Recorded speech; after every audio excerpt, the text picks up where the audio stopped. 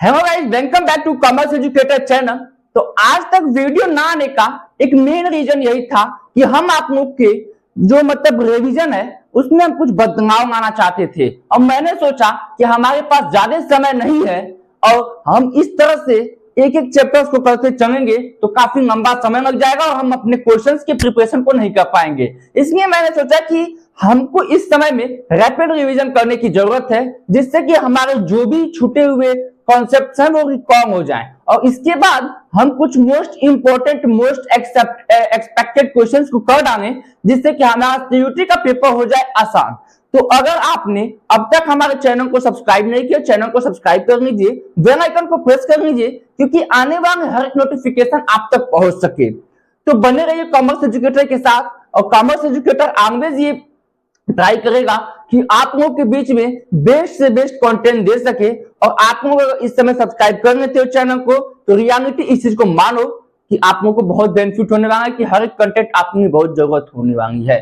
तो समय को देर ना करते हुए हम अपने कंटेंट को स्टार्ट करते हैं क्योंकि बिना बोर्ड के बस आज हम बस समझिए रिवीजन को कराते चलेंगे क्योंकि ये रिवीजन सीरीज है, ज्यादा कुछ बताने की डिटेल में जरूरत नहीं। डिटेल पढ़ना हो तो फिर आप जाके डिटेल वीडियो में पढ़ सकते हैं। ये एक रैपिड रिवीजन है। तो रैपिड रिवीजन हम स्टार्ट करते हैं nature and significance of management से। Nature and significance of management में बात की जाए तो मैनेजमेंट किसी भी काम को सही ढंग से करने की चीजों को हम कहते हैं मैनेजमेंट। मैनेजमेंट कोई भी कर सकता है जो कि वो पर्सन उस स्पेसिफिक फील्ड में जैसे कि उस स्पेसिफिक फील्ड में मास्टरी डिग्री नहीं होगा, कि जो उस चीज को जानता होगा वो उसको मैनेजमेंट सही तरीके से कर डालेगा। तो मैनेजमेंट क्या होता है एग्जैक्टली बात की जाए तो मैनेजमेंट की डिफिनेशन दी है, management is an art of getting thing done through others with the formally assigned group. Means कि मैनेजमेंट दूसरे के द्वारा करवाया जाता है किस तरीके से, एक बार था effectively and efficiently. Effectively and efficiently तरीके से हमको क्या करना चाहिए, मैनेजमेंट को करना चाहिए। ठीक, आगे चलते हैं characteristics of management. Characteristics of management में क्या चीज है, गोल ओरिएंटेड प्रोसेस। मींस कि मैनेजमेंट का एक ही एम होता है कि वो अपने गोल को अचीव करने। ठीक, इंटेंजिबल फोर्स मींस कि उसको मैनेजमेंट को कोई करता है तो देख नहीं सकता है। जैसे कि फूफा जी ने शादी में खाना बनवाया तो उसको हम टेस्ट करेंगे तो उस टेस्ट को करने के बाद खाना कितना अच्छा बना है हम उसको फील कर सकते हैं, ना कि उस चीज को हम पकड़ सकते हैं या देख सकते हैं।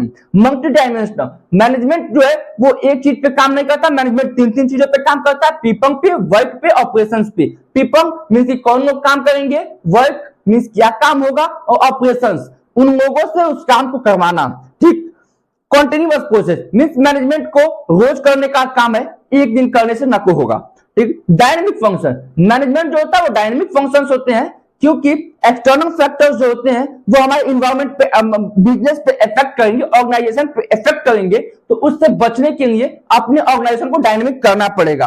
ग्रुप एक्टिविटी मैनेजमेंट होता है। मैनेजमेंट कोई एक आदमी करने का काम नहीं है, मैनेजमेंट को ग्रुप में किया जाता है। जैसे कि हमारे स्कूल में प्रिंसिपल होते हैं वो अपना ग्रुप बनाते हैं, इंचार्ज, इसके बाद कोऑर्डिनेटर, तो सारी चीजों को बना के वो अपने मैनेजमेंट को हैंडल करते हैं।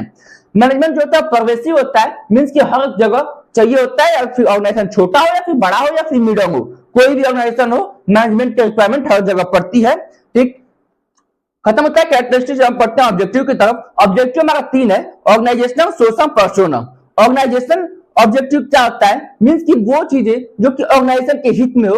ऑर्गेनाइजेशन एग्जैक्टली चाहेगा क्या, कहीं भी किसी भी नए मार्केट में कोई भी जाता है, हम हो या आप हो, पहले आप चाहोगे सरवाइव करना, वहां पे रहना, जगह खोजोगे, फिर कहीं ना कहीं आप इनकम जनरेट करने की बात करोगे, मींस प्रॉफिट कमाने की बात करोगे। प्रॉफिट जब कमाने लगे, रहने का जगह मिल गया, तो फिर आप क्या करोगे, उस पैसे को कहीं इन्वेस्ट करके आप अपने पैसे को बड़ा करना चाहोगे। वैसे ही एक ऑर्गेनाइजेशन है, कहीं भी जाता है पहले वो सेटल होगा, सेटल होने के बाद फिर वो प्रॉफिट कमाएगा, प्रॉफिट कमाने के बाद फिर वो क्या करेगा, अपने ऑर्गेनाइजेशन को बड़ा करेगा। ठीक, सोशल ऑब्जेक्टिव, सोशल ऑब्जेक्टिव कोई भी ऑर्गेनाइजेशन को सोशल ऑब्जेक्टिव करना चाहिए, सामाजिक हित करना चाहिए। जैसे कि कुछ चैरिटी दे दिया, प्रोडक्ट ऐसा बनाए जो कि कस्टमर के लिए अफोर्डेबल हो, अफोर्डेबल प्राइस में प्रोडक्ट बनना चाहिए। ठीक, तो ये सारी चीजें होती हैं सोशल ऑब्जेक्टिव में। सोशल ऑब्जेक्टिव मींस कि अच्छा इन्वायरमेंट प्रोवाइड कर दें, पॉल्यूशन फ्री इन्वायरमेंट प्रोवाइड कर दें, जो वेस्टेज है उसको ऐसे जगह फेंकें जहां पे डिकम्पोज हो सके। Personnel objective of employees means कि पर्सोनल ऑब्जेक्टिव, पर्सोनल मींस अपना नहीं, वो उस एम्प्लॉइज का जो उस ऑर्गेनाइजेशन में काम कर रहे हैं। ठीक, उन ऑर्गेनाइजेशन में जो काम कर रहे हैं उनका भी हित ऑर्गेनाइजेशन को सोचना चाहिए। जैसे कि कुछ उसमें कमीशन दे दें, कुछ उसमें मतलब कि सैलरी ऐसा दें जो कॉम्पिटिटिव सैलरी दें, जो कि हर एक ऑर्गेनाइजेशन में मतलब जो कॉम्पिटिट करता है वो सैलरी उनको दें। ठीक, उनको थोड़ा सा ग्रोथ करने का, डेवलपमेंट करने का चांस दें। ठीक, ये था हमारा ऑब्जेक्टिव। अब बढ़ते हैं अपने नेक्स्ट इंपॉर्टेंस की तरफ। इंपॉर्टेंस क्या है? अचीविंग इन ग्रुप गोल्स, मींस कि ग्रुप गोल को अचीव करने में मैनेजमेंट क्या करता है? मदद करता है। मैनेजमेंट एक डायनेमिक ऑर्गेनाइजेशन को क्रिएट करता है। डायनेमिक ऑर्गेनाइजेशन कहें तो जैसे कि मींस कि एक्सटर्नल फैक्टर को अडॉप्ट करने का मतलब वो क्षमता रखता है और उस पर एक्शन लेने का काम करता है मैनेजमेंट।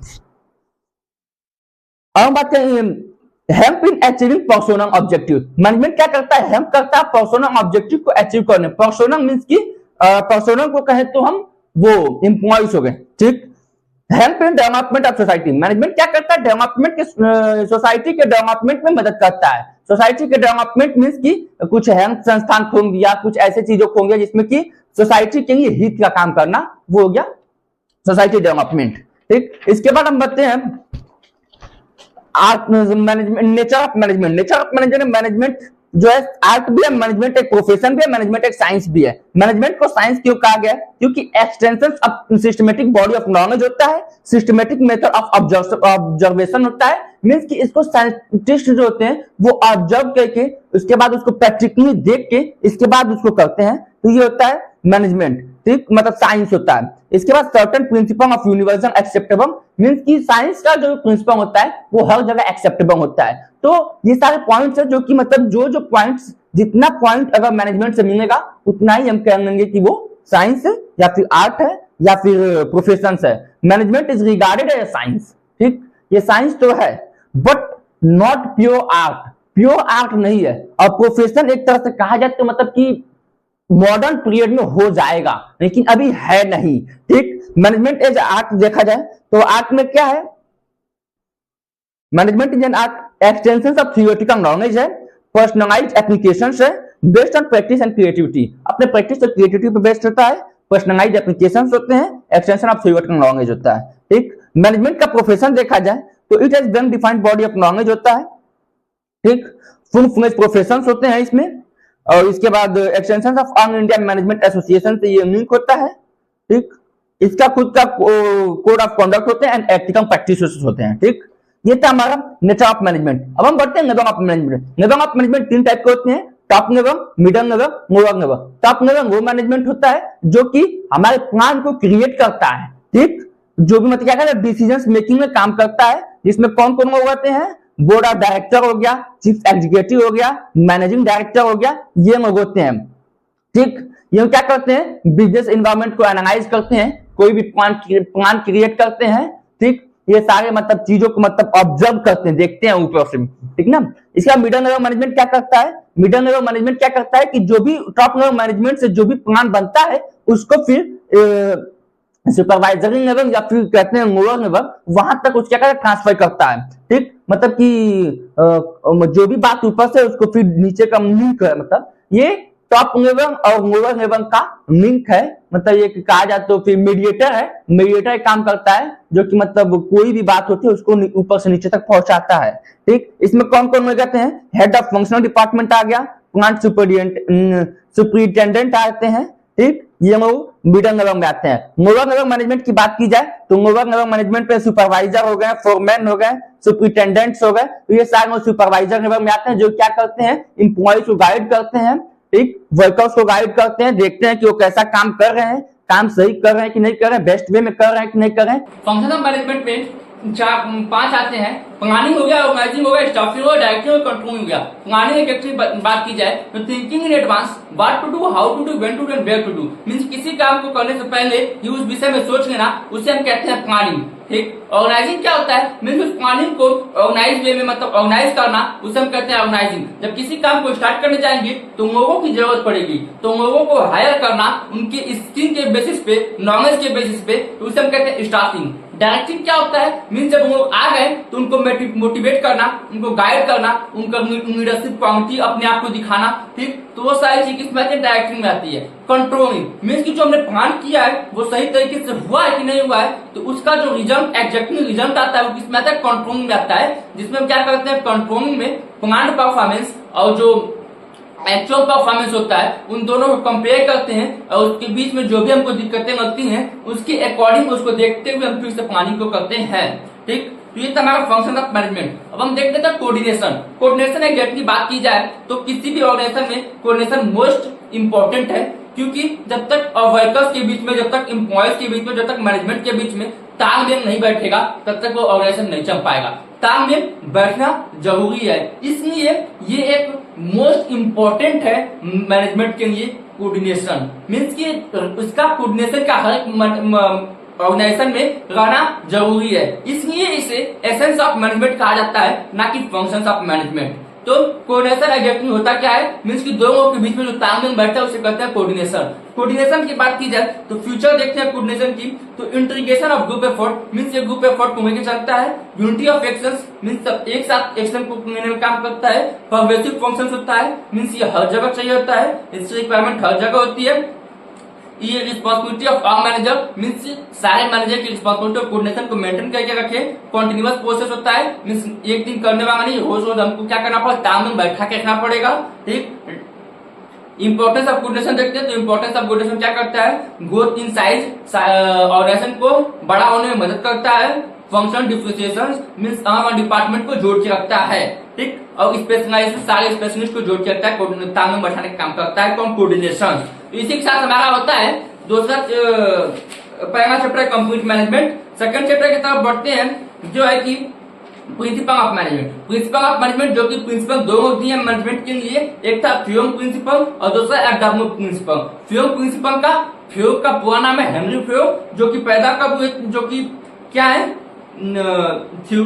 फ्रेंच मैनेजमेंट थ्योरिस्ट है, जो क्या किए 14 प्रिंसिपल ऑफ मैनेजमेंट दिए हुए हैं, ठीक। इनको क्या क्या जाना जाता है, जनरल मैनेजमेंट जाना जाता है। He is known as the father of general management, ठीक।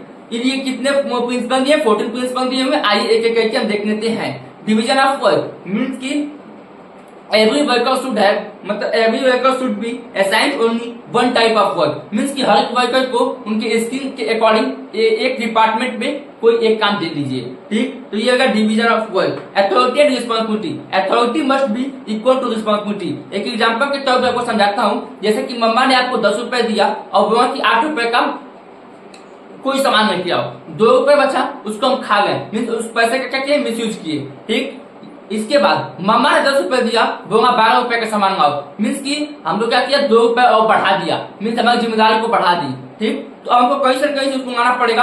तो ना कि 12 रुपए का सामान लाने को बोले वो सही है, ना कि 8 रुपए के बोले वो सही है, मीन्स कि दोनों को इक्वल करके चलना पड़ेगा, बैलेंस करके चलना पड़ेगा। इसलिए हमको 10 रुपए दिया, 10 रुपए का सामान लाना है, ठीक। तो अथॉरिटी और रिस्पांसिबिलिटी मस्ट बी इक्वल, ठीक। डिसिप्लिन मीन्स की एक ऑर्गेनाइजेशन में डिसिप्लिन को मेंटेन करके रखना पड़ेगा। जो भी पॉलिसी है, जो भी रूल्स एंड रेगुलेशन बने हैं उसको फॉलो करना पड़ेगा। यूनिटी ऑफ कमांड मीन्स की कोई भी एक एम्प्लॉइज का एक ही सुपरवाइजर होना चाहिए, जिसका वो क्या कर सके, कमांड को सुने, मतलब जो भी वो कहे उसको सुने और उस काम को कर दे। ना कि कई सुपरवाइजर जब रहेंगे तो एक का करने जाएगा तो एक गुस्सा होगा, एक का करने जाएगा तो एक गुस्सा होगा। तो एक ही वर्कर का एक ही सुपरवाइजर होना चाहिए। यूनिटी ऑफ डायरेक्शन मीन्स की यूनिटी ऑफ डायरेक्शन मतलब कि एक यूनिट एक मान, मीन्स की यूनिटी ऑफ डायरेक्शन मीन्स की सबका गोल जो ना वो सेम हो, मीन्स की एम्प्लॉइज का या फिर वर्कर्स का, ठीक।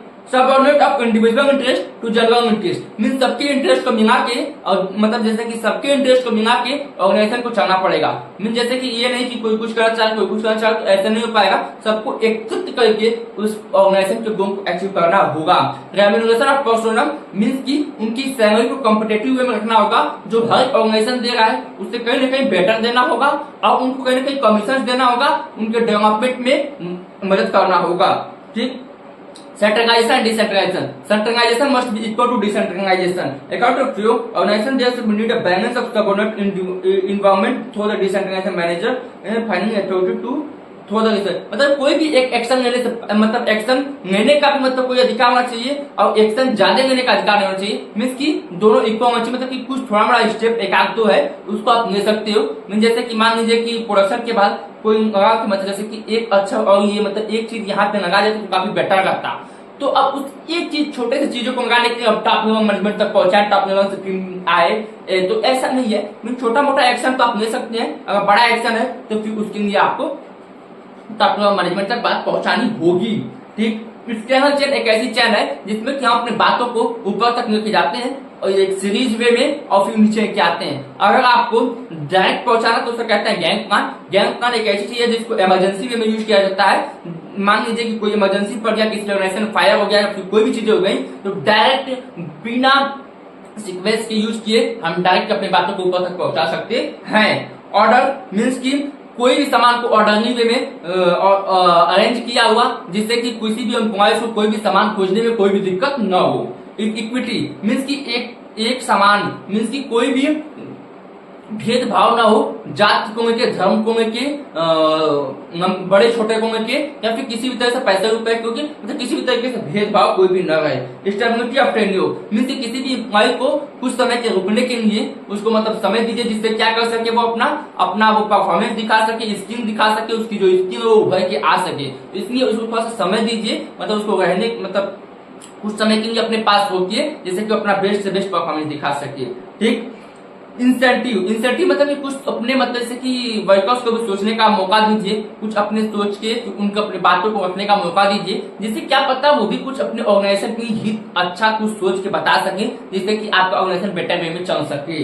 स्पिरिट डिकॉप ये कहता है unity in strength, management should promote unity to harmony among employ, मतलब कि एम्प्लॉयज का देखा हार्मोनी चाहिए जिससे कि ऑर्गेनाइजेशन चल सकता है। एफडब्ल्यू टेलर का जो साइंटिफिक मैनेजमेंट है उसको देख लेते हैं। एक चीज इतना याद रखिएगा, फिल्म जो थे वो अपना एक्सपीरियंस को शेयर किए थे और जो एफडब्ल्यू टेलर है वो एक साइंटिफिक वे में प्रूवन प्रिंसिपल्स को देते हैं। ठीक,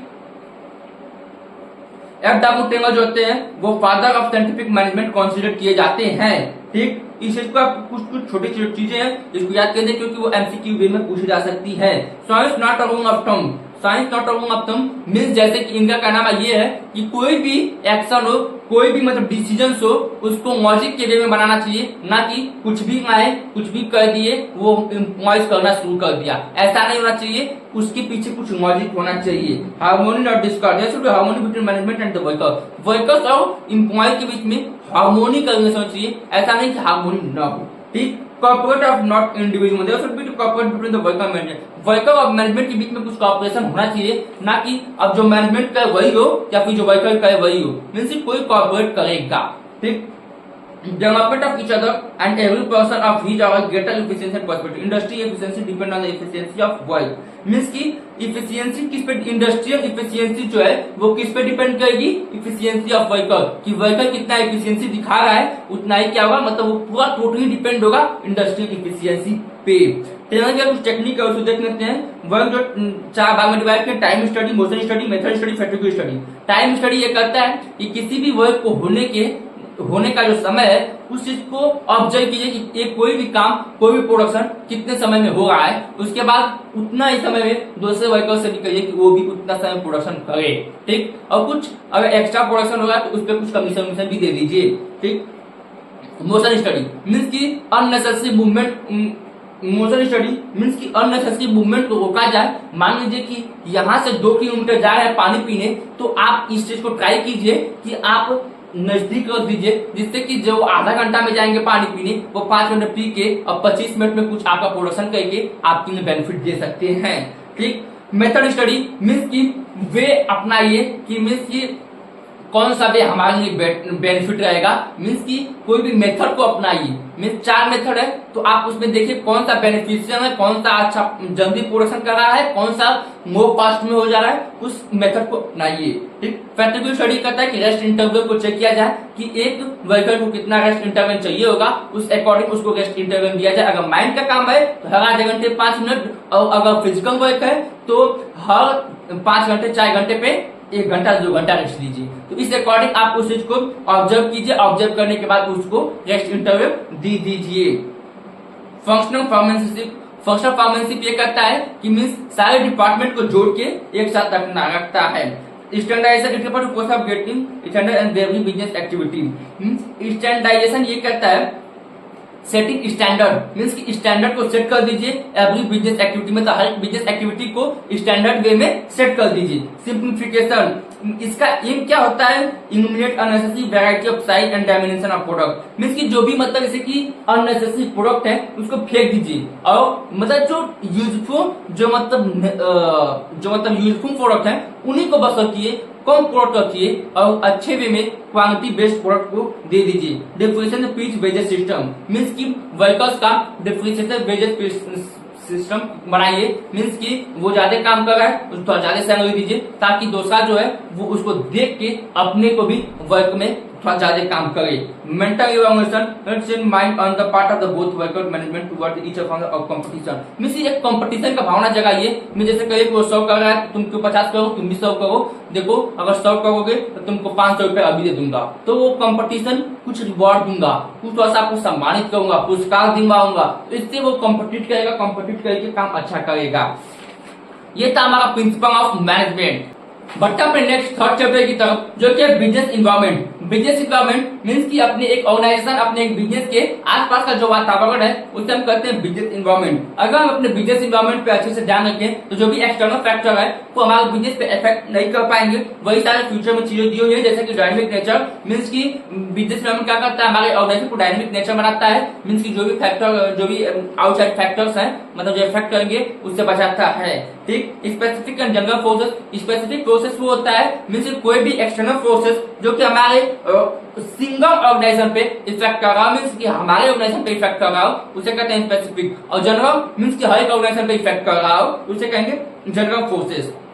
ठीक, मतलब कि specific and general forces mean दोनों से क्या कर सकते बच सकते हैं। तो ये कौन करता है, बिजनेस इन्वायरमेंट करता है। रिलेटिविटी, कंपैसिबिलिटी। रिलेटिविटी और कंपैसिबिलिटी मतलब कि कंपैसिबिलिटी मतलब बिजनेस इन्वायरमेंट जो होता है वो कंपैसिबिलिटी मतलब समझना बहुत मुश्किल होता है, लेकिन अगर आप समझ गए तो आप एक्सटर्नल फैक्टर से बच सकते हैं। इंपॉर्टेंस क्या क्या होते हैं, फर्स्ट मूवर एडवांटेज आप ले सकते हैं, मीन्स की आप मतलब कि फर्स्ट मूवर एडवांटेज लेंगे। ठीक, वार्निंग सिग्नल पा जाएंगे, मीन्स की आप सिग्नल पहले ही पा जाएंगे कि हाँ ये चीज होने वाली है, तो आप उससे सतर्क हो जाएंगे। ट्रैपिंग यूजफुल रिसोर्सेज का क्या करेंगे, ट्रैप कर लेंगे।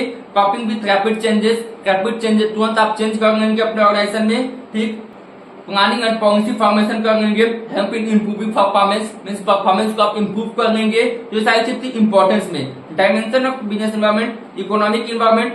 ठीक, it consist economic factor that influence the business, means की ये सारी चीजें हैं, मतलब कि कई तरीके से हमारे बिजनेस को इफेक्ट करता है। जैसे इकोनॉमिक इन्वायरमेंट हो गया, मतलब जैसे कि जीडीपी बढ़ गया, इन्फ्लेशन रेट हो गया, मनी सप्लाई बढ़ गई या घट गई, इस तरीके से क्या होता है फैक्टर इफेक्ट कर सकता है। सोशल इन्वायरमेंट क्या कर सकता है, जैसे कि सोशल कुछ ट्रेंड्स चल गए, वैल्यूज हो गई, ट्रेडिशंस हो गए, ये सारी चीज क्या कर सकती है, मतलब कि हमारे बिजनेस को सोशल तरीके से इफेक्ट कर सकती है। पॉलिटिकल क्या हो गया, मीन्स की पॉलिटिकल में जैसे चुनाव आ गया तो कुछ धंधे होते हैं जो कि दब जाते हैं, कुछ धंधे होते हैं जो कि बढ़ जाते हैं।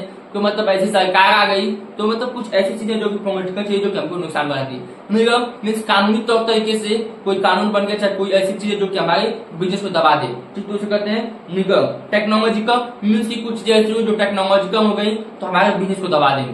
ठीक, तो ये सारी चीजें थी टेक्नोलॉजिकल। डिमोनेटाइजेशन किसको कहते हैं, नोटबंदी करते हैं, जो कि हमारा आया था 8 नवंबर 2016 को। ठीक, जो कौन लास्ट किया था, प्राइम मिनिस्टर किए थे, मोदी क्या किए थे, बैन किए थे 500 और 1000 के नोट्स, जिससे क्या हो गया था, इंडिया पे इमीडिएट इफेक्ट पड़ गया था। ठीक, इसका फ्यूचर क्या क्या है, चेंज इन करेंसी चेंज हो गई थी, ब्लैक मनी बाहर आ गया था। इसके बाद जो भी मतलब कि प्रिवेंट मनी लॉन्ड्रिंग, मतलब जो भी मतलब छुपे मतलब ब्लैक मनी तो सारे उभर के आ गए थे, टैक्स वो पे करने लगे थे। ठीक, इंडिया करेंसी बढ़ गई थी टैक्स पे करने से। ठीक, इसके बाद लोग अपना टैक्स को सिस्टमेटिक वे में पे करने लगे। ये सारी चीज फ्यूचर की डिमोनेटाइजेशन की। ठीक, इसी के साथ हमारा होता है बिजनेस इन्वायरमेंट समाप्त। अब हम बढ़ते हैं अपने नेक्स्ट चैप्टर प्लानिंग की तरफ। प्लानिंग क्या होता है, मीन्स आपको बताया thinking in advance, what to do, how to do, when to do where to do, मतलब पहले ही सोचना क्या करना है, कब करना, कैसे करना, उसे कहते हैं प्लानिंग। ये क्या करता है, इंपॉर्टेंस फ्यूचर क्या क्या है, गोल माउंटेड प्रोसेसर मीन्स की गोल को अचीव करने में मदद करता है। प्राइमरी फंक्शन है मीन्स की मैनेजमेंट में पहला किया जाने वाला काम यही है। आर्म परवेसिव मीन्स की हर ऑर्गेनाइजेशन में जरूरत है इसकी। इनवॉल्व डिसीजन मेकिंग मीन्स की इसमें डिसीजन बनाया जाता है। ये मेंटल एक्सरसाइज है मीन्स दिमाग से किया जाने वाला कार्य है। ठीक, कॉन्टिन्यूअस प्रोसेस है मीन्स की रोज किए जाने वाला कार्य है। ठीक, इंपॉर्टेंस ऑफ प्लानिंग देख लेते हैं तो प्रोवाइड करता है क्या चीज, एक्शंस को मतलब कि काम को करने का तरीका को बता देता है, रिस्क को कम कर देता है। ठीक, डिसीजन मेकिंग में फैसिलिटेट कर देता है, प्रोवाइड करता है आइडियाज को। ठीक, रिड्यूस कर देता है ओवरलैपिंग और वेस्टिंग मतलब एक्टिविटीज को। जैसे मान लो कोई घर बनवा रहे हैं तो कोई चीज लगा दिया, फिर बाद में आपने सोचा तो उसको फिर तोड़ना फोड़ना पड़े तो फिर वेस्टिंग हो गया। तो जैसे मतलब कि उससे बचाता है ये चीजें। लिमिटेशन देख लेते हैं तो लिमिटेशन में क्या, प्लानिंग नीड्स लिक्विडिटी मतलब कि एक बार जब आपने प्लान बना लिया तो उसको चेंज करने में बहुत डिफिकल्टी आती है। Planning does not work in dynamic environment, जब बिजनेस इन्वायरमेंट जो कंसिस्टेंसी चेंज मतलब कि बार बार जब बिजनेस इन्वायरमेंट चेंज होता रहेगा तो प्लानिंग काम नहीं कर पाएगा। तो ये सारी चीजें थी लिमिटेशन ऑफ प्लानिंग में। ठीक, प्लानिंग क्या करता है, कॉस्ट को बढ़ा देता है, टाइम कंज्यूम करता है। ठीक, गारंटी नहीं देता है कि सक्सेस ही होगा। तो ये सारी चीजें थी लिमिटेशन। ठीक, स्टेप ऑफ प्रोसेस देख लेते हैं तो पहले ऑब्जेक्टिव को सेट करेंगे, इसके बाद फिर डेवलपिंग प्रीमिसेस करेंगे, फिर identify alternative course of action करेंगे, इवैल्यूएटिंग अल्टरनेटिव कोर्सेस करेंगे, फिर सेलेक्ट करेंगे अल्टरनेटिव्स को, फिर इंप्लीमेंट करेंगे प्लान को, इसके बाद फॉर्म अप करेंगे एक्शंस को। ये सारी चीजें थी प्रोसेसेस। इसके बाद टाइप ऑफ प्लान दो टाइप के होते हैं, सिंगल यूज प्लान और एक होता है standing plan. Single use plan होता है मतलब कि एक बार बन गया प्लान, उसको फिर एक बार यूज किया काम करता हूँ। स्टैंडिंग प्लान वो है आज बना रोज उसको हम कर रहे हैं, वो हो गया स्टैंडिंग प्लान। इसी के साथ हमारा होता है प्लानिंग चैप्टर समाप्त। अब हम बढ़ते हैं अपने नेक्स्ट चैप्टर की तरफ जो है कि ऑर्गेनाइजिंग। ऑर्गेनाइजिंग क्या होता है, प्लानिंग के बाद जो भी कार्य को शुरू किया था उसको कहते हैं ऑर्गेनाइजिंग। मीन्स की ये एक सेकंड स्टेप है, सेकंड फंक्शन है प्लानिंग का। मतलब कि हम क्या करते हैं इसमें एक्शन लेते हैं काम के दौरान। ठीक, तो इम्पोर्टेंस क्या क्या है, क्लैरिटी देता है, वर्क रिलेशनशिप में इफेक्टिव एडमिनिस्ट्रेशन देता है, ग्रोथ कराता है, एक्सपेंशन कराता है ऑर्गेनाइजेशन का, बेनिफिट करता है स्पेशलाइजेशन में, रिसोर्सेज का यूटिलाइजेशन करता है, डेवलपमेंट करता है पर्सोनल्स का मीन्स की एम्प्लॉइज का, adoption to change means adopt करता है कोई भी चेंज होता है अगर तो।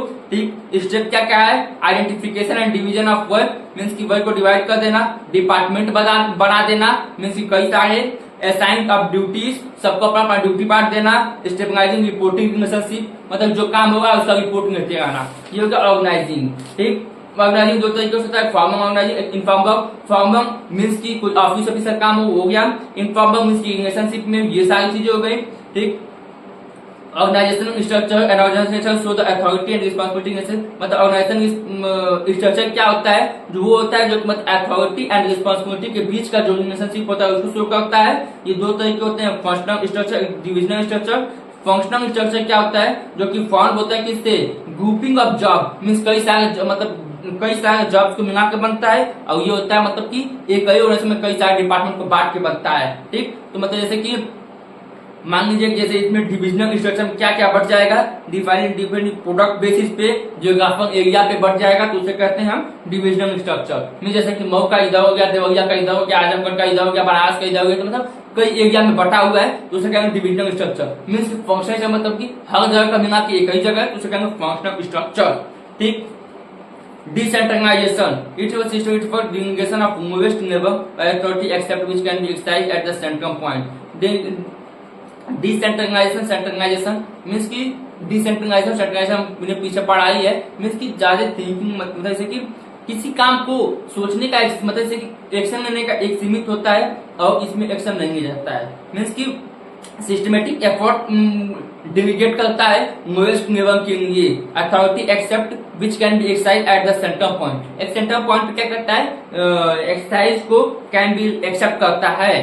ठीक, इंपॉर्टेंस क्या है, इनिशिएटिव अमंग सबऑर्डिनेट डेवलप करता है, बर्डन को कम करता है टॉप मैनेजमेंट के लिए, बेटर डिसीजन मेकिंग काम करता है, कंट्रोल पूरा करता है। ठीक, इसके बाद फिर ग्रेटर मोटिवेशन, मोटिवेशन ज्यादा देता है, ग्रोथ और एक्सपेंशन में काम करता है। ठीक, तो ये था हमारा ऑर्गेनाइजेशन। ठीक, ऑर्गेनाइजिंग के बाद फिर हम पढ़ते हैं स्टाफिंग। स्टाफिंग चीज क्या मीन्स की उनके स्किल के बेसिस पे उनको हायर करना, उसे हम कहते हैं स्टाफिंग। स्टाफिंग एग्जैक्टली बात की जाए तो इंपॉर्टेंस क्या क्या है, तो मतलब कि कॉम्पिटेंट पर्सोना मीन्स की एक कॉम्पिटेटिव मतलब से कि एक अच्छा पर्सोना मिल जाएंगे, मतलब कि एक वर्कर मिल जाएंगे, ठीक हायर वो मतलब परफॉर्मेंस को अच्छा देंगे, क्योंकि वो मतलब जैसे कि कई सारे टेस्ट, कई सारे फिजिकल या फिर रिटेन मतलब सारे टेस्ट दे के मतलब पास करके आएंगे, तो वो मतलब कहीं ना कहीं अच्छा परफॉर्मेंस दिखाएंगे ऑर्गेनाइजेशन के अंदर। कॉन्टिन्यूअस सर्वाइवल और ग्रोथ मतलब कि क्या करेंगे, वो सर्वाइव करेंगे और अपने ग्रोथ को मतलब बढ़ाए रखेंगे, ठीक। Optimum utilization of human resources मतलब कि ह्यूमन रिसोर्सेज के कम से कम यूटिलाइज करेंगे और वो मोटिवेट रहेंगे खुद से ही, ठीक। इसके बाद objective of human resources management, putting right person at right job, ठीक मतलब सही आदमी सही जगह पर रहेगा। Stabilize relationship with employer and employees, employer और एम्प्लॉइज के बीच में जो रिलेशनशिप रहेगा वो अच्छा बना रहेगा। Mood human resource to organization structure, ठीक। इसके बाद प्रोसेस ऑफ स्टाफिंग देख लेते हैं, तो क्या कहता है एस्टिमेटिंग मैन पावर रिक्वायरमेंट मतलब कितना आदमी चाहिए उसको देखेंगे, फिर रिक्रूटमेंट करेंगे, फिर उनका सिलेक्शन करेंगे, फिर प्लेसमेंट और ऑर्गेनाइजेशन मतलब जगह बांट देंगे, फिर ट्रेनिंग देंगे, फिर उनकी परफॉर्मेंस को चेक करेंगे, फिर प्रमोट करेंगे कैरियर प्लानिंग पे, फिर कॉम्पेंशन तनख्वाह उनको देंगे, पे रिवार्ड मतलब रिवार्ड दे देंगे मतलब जो भी देंगे। Meaning of recruitment, recruitment it mean attracting more and more candidate to apply, मतलब कि एक मतलब कि अनाउंसमेंट करना कि हमारी ऑर्गेनाइजेशन में जगह खाली है, जिसको जिसको आना है वो आ सकता है, तो ये होता है रिक्रूटमेंट, ठीक। इसके बाद फिर सिलेक्शन क्या क्या होता है, तो सिलेक्शन मीन की कई लोग आ गए उसमें छाट के सिलेक्ट करना, सिलेक्शन का एक प्रोसेस होता है। सिक्योरिटी ऑफ एप्लीकेशन पैनल होगा, फिर इंप्लॉयज का टेस्ट होगा, फिर इसके बाद इंटरव्यू होगा, फिर इसका रेफरेंस एंड बैकग्राउंड चेक होगा, कहीं कोई खत्म होता करके तो नहीं आया, कहीं कोई मर्डर उड़ा करके तो नहीं आया है। इसके बाद फिर सिलेक्शन डिसीजन होगा, मतलब कि वो बैठ के सोचे कि इनको मिलना चाहिए नहीं मिलना चाहिए। फिर मेडिकल टेस्ट होगा, फिर जॉब का ऑफर कि ये काम है, कौन सा काम करना चाहेंगे, कॉन्ट्रैक्ट ऑफ एम्प्लॉयमेंट और उनको फिर काम दे दिया जाएगा। ट्रेनिंग डेवलपमेंट से क्या होगा, ट्रेनिंग से होगा सिस्टमेटिक डेवलपमेंट ऑफ नॉलेज हो जाएगा, स्कीम हो जाएगा, attitude required by the individual और to perform the adequate task of the work, मतलब कि उनको नॉलेज हो जाएगा, स्कीम हो जाएगा, उनके अंदर एक एटीट्यूड आ जाएगा, मतलब उस किसी काम करने के प्रति। डेवलपमेंट मींस की employ requires scheme and competence, मतलब अपने आप को डेवलप कर जाएगा वो वर्कर्स, ठीक। इसके बाद इंपॉर्टेंस ऑफ ट्रेनिंग का इंपॉर्टेंस क्या है, सिस्टमेटिक लर्निंग मिल जाएगी, प्रोडक्टिविटी उसकी इंक्रीज हो जाएगी, ठीक। मतलब कि एक्सीडेंट होने का काम कम हो जाएगा, जब वो चीज सीख जाएगा जान जाएगा तो एक्सीडेंट नहीं होगा, उसके पास मोटिवेशन रहेगा किसी काम करने का, फ्यूचर मैनेजर बनने का मतलब कोशिश मतलब जिसकी आप सारी चीजों को कहीं कि वो आया है तो कहीं ना कहीं वो बेस्ट ही है, तो कहीं ना कहीं फ्यूचर में मैनेजर बनने का काम आ सकता है, ठीक। वो अपने अर्निंग को इंक्रीज कर सकता है, कैरियर में ग्रोथ कर सकता है, तो ये सारी चीजें थी इसकी इंपॉर्टेंस। बेनिफिट ऑफ ट्रेनिंग और ऑर्गेनाइजेशन इसी में है, ठीक। इसके बाद देख लेते हैं method programme, coaching, internship training, job quotations, introduction leadership, मतलब ये सारी चीजें मेथड ट्रेनिंग के, तो ये सारी चीज इतना इन डिटेल में जाने की कोई जरूरत नहीं है, ठीक। तो इसी के साथ हमारा होता है स्टाफिंग चैप्टर भी खत्म, ठीक।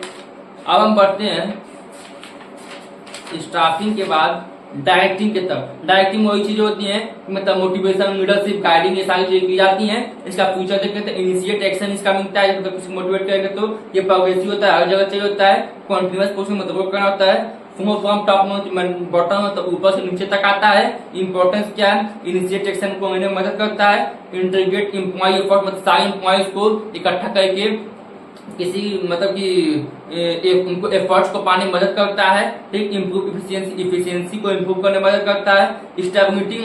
स्टेबिलिटी आता है और बैलेंस करता है ऑर्गेनाइजेशन को, ठीक। तो हमने देख लिया फ्यूचर देख लिया और इम्पोर्टेंस देख लिया। इसके बाद इग्निमेंट ऑफ डायरेक्टिंग क्या है, supervision, motivation, leadership, communication. Supervision क्या है, it means instructing, guiding and monitoring, मतलब कि उनको इंस्ट्रक्ट करना, गाइड करना, मोटिवेट करना, किसमें आता है, सुपरविजन में आता है। सुपरविजन फंक्शन और इम्पोर्टेंस क्या क्या है, फंक्शन या फिर इम्पोर्टेंस। तो maintain day to day conduct and friendly relationship with worker, मतलब कि ये क्या करता है, फ्रेंडली रिलेशनशिप बनाता है वर्कर्स के बीच में। ये होता है किसके में, मैनेजमेंट में और वर्कर्स में ग्रुप यूनिटी को मेंटेन करके रखता है। इनसे परफॉर्मेंस ऑफ वर्क का जो परफॉर्मेंस होता है उसको अच्छा बनाता है। Provide on the job training provide करता है जॉब के पहले, प्रोवाइड लीडरशिप क्वालिटी देता है, provide feedback to the worker का जो फीडबैक होता है वो देता है। मोटिवेशन क्या होता है, जब process of stimulating the people to act accomplish, मतलब उसके अंदर जोश भर देता है, किसी काम को उत्सुकता भर देता है करने के लिए। मोटिवेशन फिजियोलॉजिक फिनोमेना है, मतलब माइंड के साथ द्वारा खिलाया जाता है इस चीज के बीच में। Employees towards growing directive behaviour, मतलब ग्रोइंग के तरफ डायरेक्टिव बिहेव कर देते हैं। पॉजिटिव और नेगेटिव दोनों इफेक्ट आ सकता है। ये कंपल्स प्रोसेस होता है, इतना आसान नहीं होता है किसी को मोटिवेट करना। इंपॉर्टेंस क्या क्या चेंज, नेगेटिव एटीट्यूड, मतलब नेगेटिव एटीट्यूड को आप चेंज कर सकते हैं, इफिशियंसी को इम्प्रूव कर सकते हैं, रिड्यूस एब्सेंटीज्म को कर सकते हैं, क्रिएट सपोर्टिव वर्क इन्वायरमेंट, आप एक मतलब सपोर्टिव वर्क इन्वायरमेंट को क्रिएट कर सकते हैं। ठीक, तो ये चार चीजें थी। इसके बाद Maslow need has a theory of motivation. Motivation का एक मैस्लो थ्योरी था, theory was given by the Abraham Maslow. It was based on the human needs, मतलब human needs के ऊपर ये बेस है। Maslow has explained the theory that hierarchy of the 5 needs with physiological safety, security, belonging, social esteem and self-actualization needs. ये सारी चीजें क्या किए हैं, एक्सप्लेन किए हैं इसमें। Maslow classification of need according to the need heritage theory. Physiological need क्या है, सेफ्टी एंड सिक्योरिटी नीड्स क्या है, एफिलिएशन एंड बिलोंगिंग नीड क्या है, स्टीम नीड्स क्या है, सेल्फ एक्चुअलाइजेशन नीड्स क्या है, इन सारी चीजों को एक्सप्लेन किए हैं। ठीक, इसके बाद लीडरशिप क्वालिटी देखेंगे। लीडरशिप क्वालिटी मतलब कि एक लीडर होगा जो कि मतलब सारी चीजों को गाइड करेगा, तो उसका leadership quality the process of influencing and behave the other people, मतलब कि इन्फ्लुएंस कम करता है और अदर बिहेव करता है अदर पीपल को work doing and attend the goal of in the given situations. ठीक, फ्यूचर क्या होता है, ये प्रोसेस ऑफ इन्फ्लुएंसिंग मतलब इन्फ्लुएंस करता है पीपल को, बिहेवियर के चेंज में बिहेवियर को चेंज करने का काम करता है। Exercise to achieve the common goal, मतलब कॉमन गोल को अचीव करने में मदद करता है।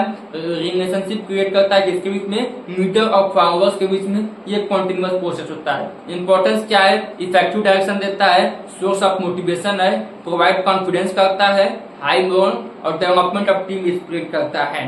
Quality of good leader, good leader quality क्या है, साउंड फिजिकल होगा, मतलब साउंड अच्छा होगा, नॉलेज होगा, इंटीग्रेट होनेस्टी होगी, ईमानदारी होगी, इंसेंटिव होगा, सोचने का क्षमता होगा, डिस्नेसिव होगा, सेल्फ कॉन्फिडेंस होगा, सोशल स्किल होगा, मोटिवेशन स्किल होगा, कम्युनिकेशन स्किल होगा, ये सारी चीजें उसके अंदर होनी चाहिए।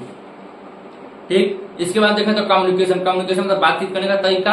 इवेंट ऑफ कम्युनिकेशन क्या होगा, सेंडर होगा, मैसेज होगा, इनकोडिंग होगा, चैनल ऑफ मीडिया होगा, रिसीवर होगा, डिकोडिंग होगा, फीडबैक होगा, नॉइस होगा। इन सारी चीजों को क्या कर सकते हैं, कम्युनिकेशन कर सकते हैं। ठीक, इंपॉर्टेंस ऑफ कम्युनिकेशन क्या क्या चीज है, तो इंपॉर्टेंस ऑफ कम्युनिकेशन में बेसिक कोऑर्डिनेशन एंड कोऑपरेशन करता है, इंक्रीज करता है मैनेजरियल इफिशिएंसी को, help in smooth working of an enterprises करता है, प्रमोट करता है कॉर्पोरेशन एंड इंडस्ट्रियल पीसेस को, इफेक्टिव लीडरशिप क्वालिटी दिखाता है, हेल्प करता है किसमें, process of motivation and morale में, act on the basis decision making में एक्ट करता है। टाइप ऑफ कम्युनिकेशन कितने हैं, single chain, wing network, circular network, free flow network, inverted we network. ये 5 टाइप के होते हैं कम्युनिकेशन, इतना डीप नहीं जाएगा, बस ऊपर आप जान लीजिए कि 5 टाइप के होते हैं। ठीक, इसके बाद होता है हमारा चैप्टर खत्म। अब हम पढ़ते हैं अपने नेक्स्ट चैप्टर की तरफ जो है कि कंट्रोलिंग चैप्टर होता है जो कि मतलब एक्चुअल परफॉर्मेंस और प्लांट परफॉर्मेंस के बीच में कंपेयर करता है। इसका इंपॉर्टेंस क्या क्या है, ऑर्गेनाइजेशन करता है, जज करता है एक्यूरेसी स्टैंडर्ड को, making efficient use of resources को एफिशिएंट करता है, इंप्रूव करता है एम्प्लॉयज को, मोटिवेशन करता है, help in better performance and ensuring order and discipline, facilitate coordination in action. Means क्या कहते हैं कि मतलब जैसे कि एक नेट रिजल्ट देता है, जैसे कि अगर अच्छा काम होगा तो एम्प्लॉयज को मोटिवेशन मिलेगा। ठीक, ये क्या करता है, इंश्योरिंग ऑर्डर एंड डिसिप्लिन को इंश्योर करता है। ठीक, ये सारी चीज थी इसकी इंपॉर्टेंस। नेचर क्या है, गोल ओरिएंटेड है, मतलब कि गोल को अचीव करने में मदद करेगा। परवेसिव मींस की हर कोई करना पड़ेगा, टॉप या मैनेजमेंट या फिर लोअर या फिर मिडिल, कंटीन्यूअस प्रोसेस में सपोर्ट करना पड़ेगा। बोथ बैकवर्ड फॉरवर्ड मूविंग मतलब पीछे और आगे दोनों तरफ देखता है। ठीक, इसका लिमिटेशन क्या, difficult in setting quantity standard को सेट करने में बहुत डिफिकल्ट करता है। ठीक, रिलेशनशिप फॉर एम्प्लॉइज कॉस्टिंग या फेयर आता है, मतलब कॉस्ट ज्यादा आता है। रिलेशनशिप क्या है, प्लानिंग और कंट्रोलिंग के बीच में ये सारी चीजें क्वेश्चन पूछते हैं। तो प्लानिंग और कंट्रोलिंग के बीच में रिलेशनशिप एक मतलब कंट्रोलिंग में जो भी मतलब एक्चुअल परफॉर्मेंस और प्लान परफॉर्मेंस के बीच में जो भी डिफरेंस आएगा उस डिफरेंस को देखा जाएगा। अगर डिफरेंस मतलब नेगेटिव में जाता है तो फिर क्यों नेगेटिव में गया है, फिर उसको पॉजिटिव में लाने के लिए फिर उससे प्लानिंग करेंगे, उसको ध्यान रखते हुए फिर उसको प्लानिंग करेंगे। होता है मतलब रिलेशनशिप मीन्स की अगर मान लीजिए 100 प्रोडक्शन करना है, 80% मतलब 20 प्रोडक्शन नहीं हुआ पेन का, तो 20 प्रोडक्शन क्यों नहीं हुआ, फिर से उसका प्लानिंग करेंगे उस 20 प्रोडक्शन को ध्यान में रखते हुए। Step in process of controlling, setting performance standard, ठीक, मेजरमेंट ऑफ एक्चुअल परफॉर्मेंस मतलब एक्चुअल परफॉर्मेंस मेजर करेंगे, compare actual performance with standard performance, actual performance को स्टैंडर्ड परफॉर्मेंस से मेजर करेंगे, फिर एनालाइज करेंगे डेविएशन, फिर क्या करेंगे टेकिंग करेक्ट मेजर को टेकिंग करते हुए फिर से प्लानिंग करेंगे। तो इसी के साथ फाइनली हमारा पार्ट 1 बुक होता है कंप्लीट। एक और नेक्स्ट वन शॉट वीडियो आएंगे जिसमें कि हम पार्ट 2 वीडियो को आएंगे। तो हम बिना बोर्ड का यूज किए हम एक बुक का मदद लेंगे और पार्ट 1 आपका बिजनेस स्टडी कर दिए समाप्त। मिलते हैं नेक्स्ट वीडियो में पार्ट 2 के साथ और 4 चैप्टर को लेके। तो बने रहिए कॉमर्स एजुकेटर के साथ। अगर आपको वीडियो अच्छा लगा, कंटेंट यूजफुल लगा, तो आप हमारे वीडियो को सब्सक्राइब कर लीजिए, चैनल को लाइक कर लीजिए, क्योंकि आने वाले समय में हम आपको एक से एक अच्छे से अच्छे कंटेंट को प्रोवाइड करते रहेंगे। और आप कमेंट में जरूर बताइएगा कि आपको ये वीडियो अच्छा लगा कि नहीं लगा, यूजफुल था कि नहीं था, ठीक। और चैनल को सब्सक्राइब करना न भूलें, क्योंकि दोस्त भाई हर एक समय हर एक बोर्ड पे आपके साथ खड़ा हूं और एक बेटर से बेटर कंटेंट को प्रोवाइड कराऊंगा आप लोगों के बीच में। बने कॉमर्स एजुकेशन के साथ मिलते हैं नेक्स्ट।